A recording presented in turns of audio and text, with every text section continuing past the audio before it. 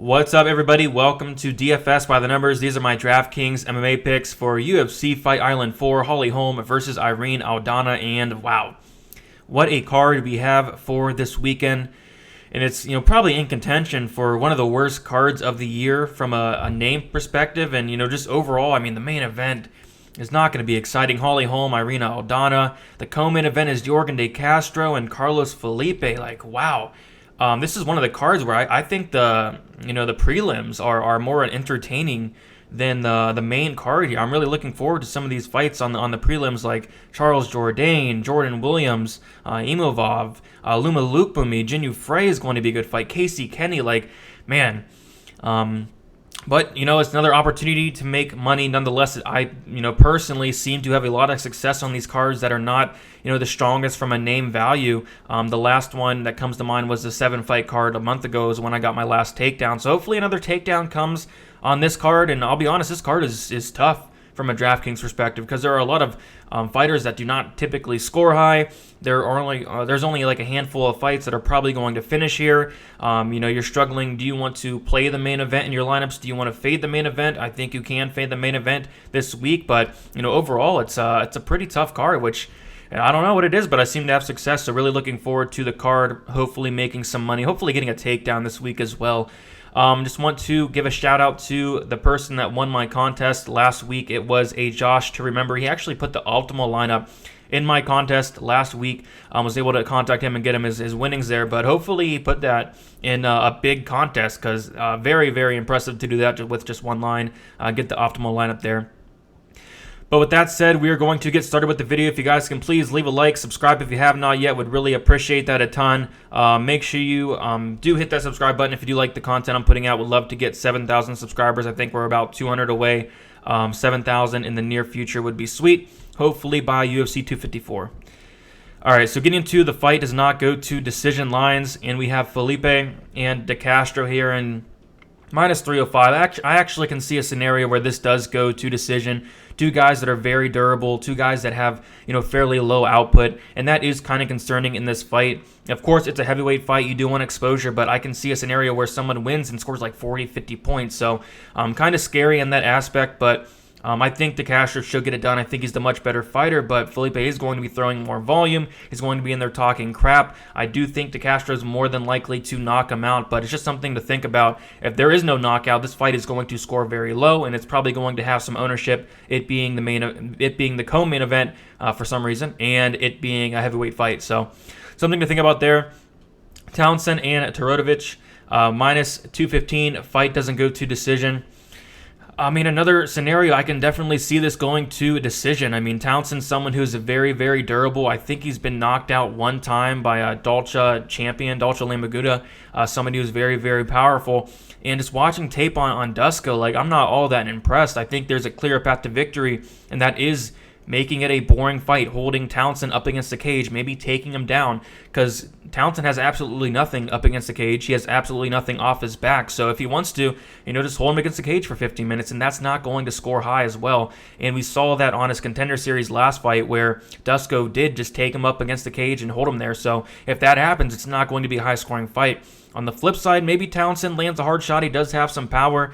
Dusko does leave a lot of openings. I think it could be kind of a nice pump play, but just not all that interested in this fight as a whole. I just don't really see it scoring high. Phillips and Else, minus 180. Fight doesn't go to decision. This is most definitely going to finish here and probably finish really, really early. And I really like Phillips. He's like a minus 500 favorite right now, something crazy like that. I do think this is a big mismatch, but Else is definitely live to get an early finish. It'll probably be in the first round. It kind of reminds me of the Laramie fight where, Laramie should 100% win if he does not lose in that first round. So it could kind of be one of those situations there. Else is live in that first round, so kind of a nice pump play there. On the flip side, Phillips is somebody I really do want. He throws a ton of output and most likely going to get the finish here if he's able to survive those early minutes of Else there. Williams, Imavov, minus 175. Fight doesn't go to decision. A fight I do think that is going to end inside the distance. Both guys are going to be going at it, especially Williams. Williams throws a ton of output. He leaves a ton of openings. He's there to get hit, and I'm really impressed with Imavov. Minus 175, fight doesn't go to decision. It's probably going to finish here, most likely, although Williams is very, very tough. Imavov is tough himself, but Williams has been finished twice. Of course, one of those was due to a nasty cut, but he was finished twice nonetheless. A fight I do want both sides of.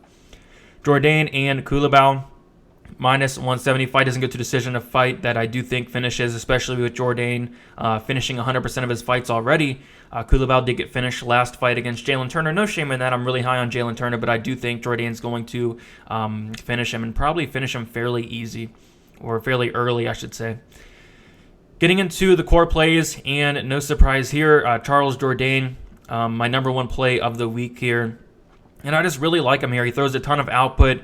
He's a very, very good fighter. I remember he had that underdog win a couple fights ago. He almost beat Andre Fili. He knocked him down and hurt him in that first round. Ended up getting taken down like 5 times in the fight. And that's how you typically beat Jourdain, would be that ground game. You do not want to stand and bang with that guy. And is Culibao going to take him down? Maybe. I just don't see it. And even then, Jourdain has some decent BJJ, so I think he'll be fine down there. But on the feet, it's Jourdain all day. He's going to really hurt Culibao in this fight. I believe he's like minus 400 something. He's a huge favorite here, and as he should be. I do think this is a mismatch. I do think he gets it done rather quickly here, and has a decent chance of ending up on the optimal lineup. He is the highest priced fighter on the slate, and for a good reason here. Casey Kenny, 9,000. He's a core play of mine because I like him a lot in cash, and I think he has some tournament upside as well. 9,000. You're getting a nice price there.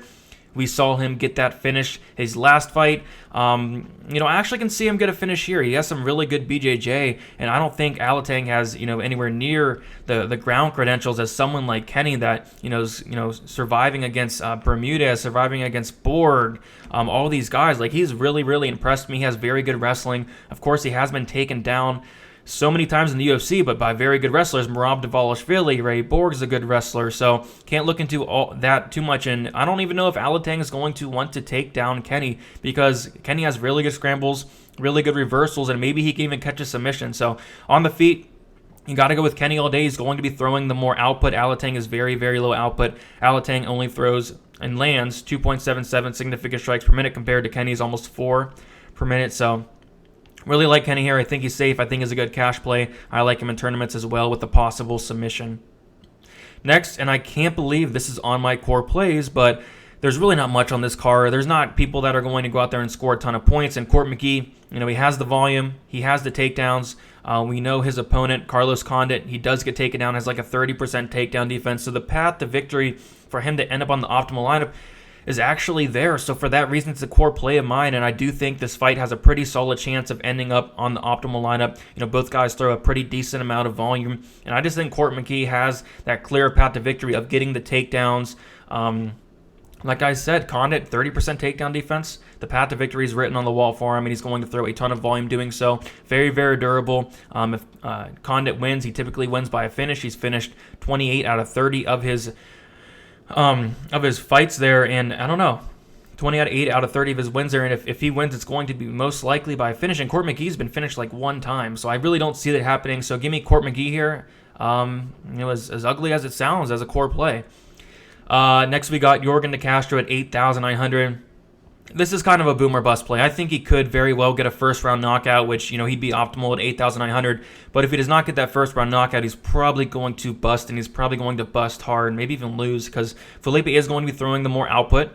I think De Castro is the way better fighter. It's just, De Castro is so low volume, and that if he does not get that first-round knockout, he's not going to be optimal. So I'd tread lightly here, but it's really hard to ignore a heavyweight with a bunch of knockout power like De Castro here at 8,900. Getting into the GPP plays here, the tournament plays, and the number one play here is Kyler Phillips, 9,200. I think someone's getting finished, and I think someone's getting finished in the first round. And Phillips just brings a ton of volume, and as long as he can survive the early storm against Else, he's going to have a very good chance of ending up on the optimal lineup. And I don't know if, Jourdain and Phillips can, combine and end up on the optimal lineup, both of them at the same time. It depends if some of these underdogs win, and there really aren't too many underdogs I can see winning. I know there's a couple I am picking to win, but it might just be one of them.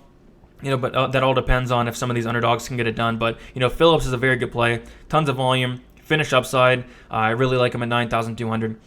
Jermaine Deranomy, 8,600 GDR, man, that's a tough one because, is she going to score a lot if she does not get that finish? Probably not. Does she get the finish?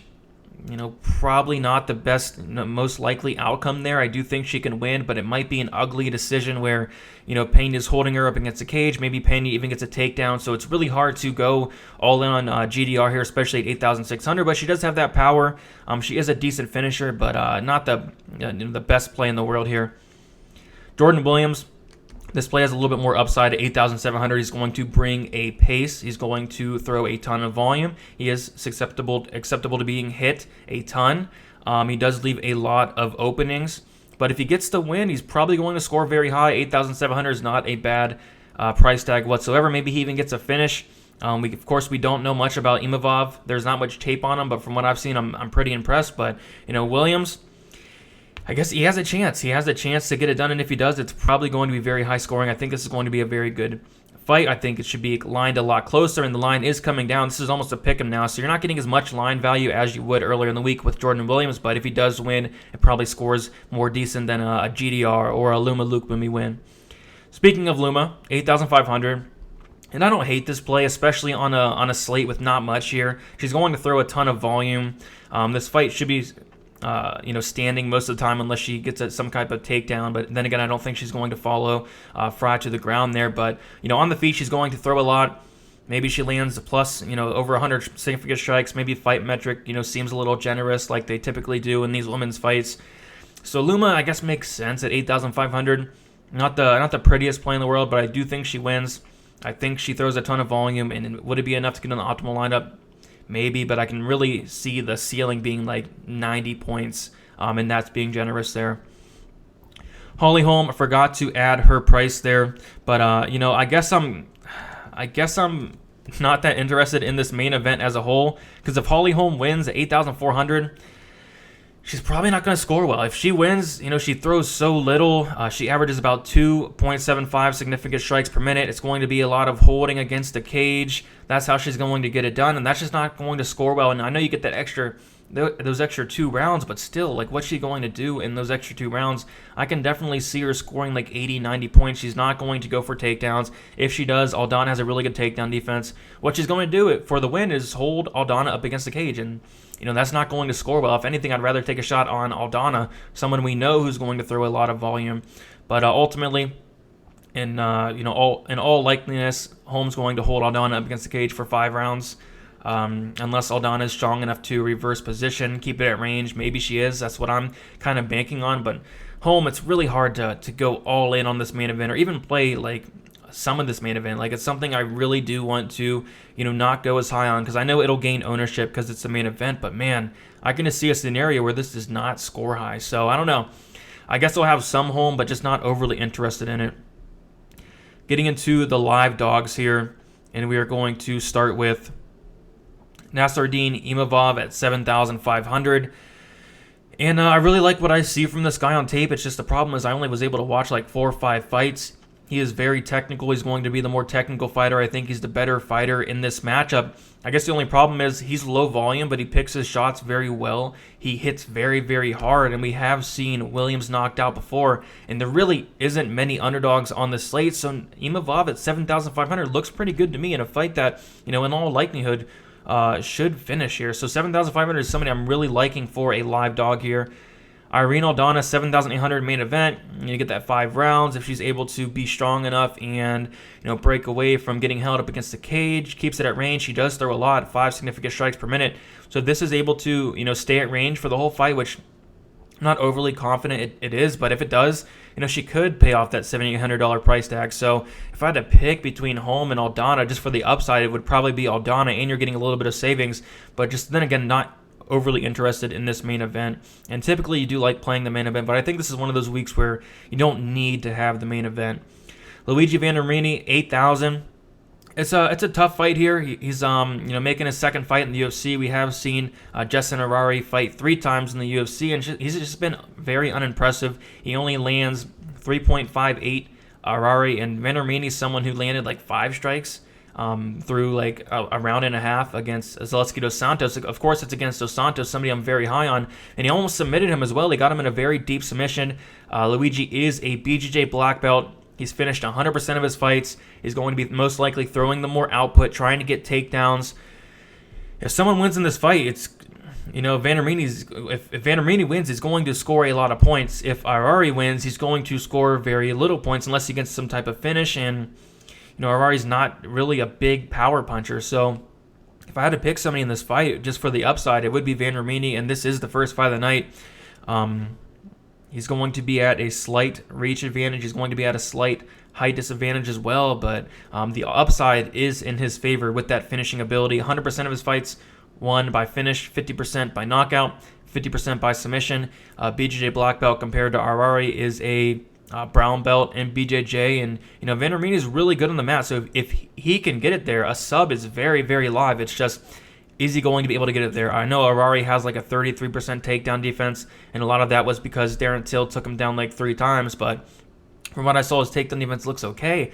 It's just I don't see a path to victory where Arari's going to go out here and break the slate, not throwing much volume unless he gets a knockdown, which is possible, I guess, but I think the value play is Vandorini here.